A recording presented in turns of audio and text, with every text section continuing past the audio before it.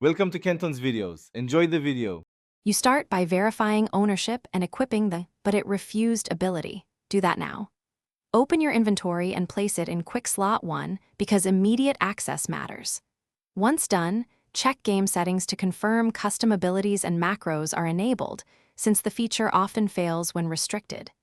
Make sure latency is low and your keybinds aren't conflicting.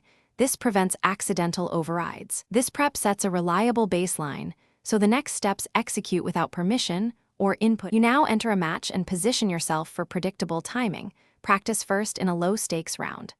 Approach the target zone with steady speed because momentum affects activation success, and avoid twisting midair. When you reach the wind-up window, press the quick slot key. Hold only if the ability requires charged input. Once done, observe the visual cue to confirm execution. If it didn't register, repeat immediately with a small timing adjustment, because microseconds often make the difference.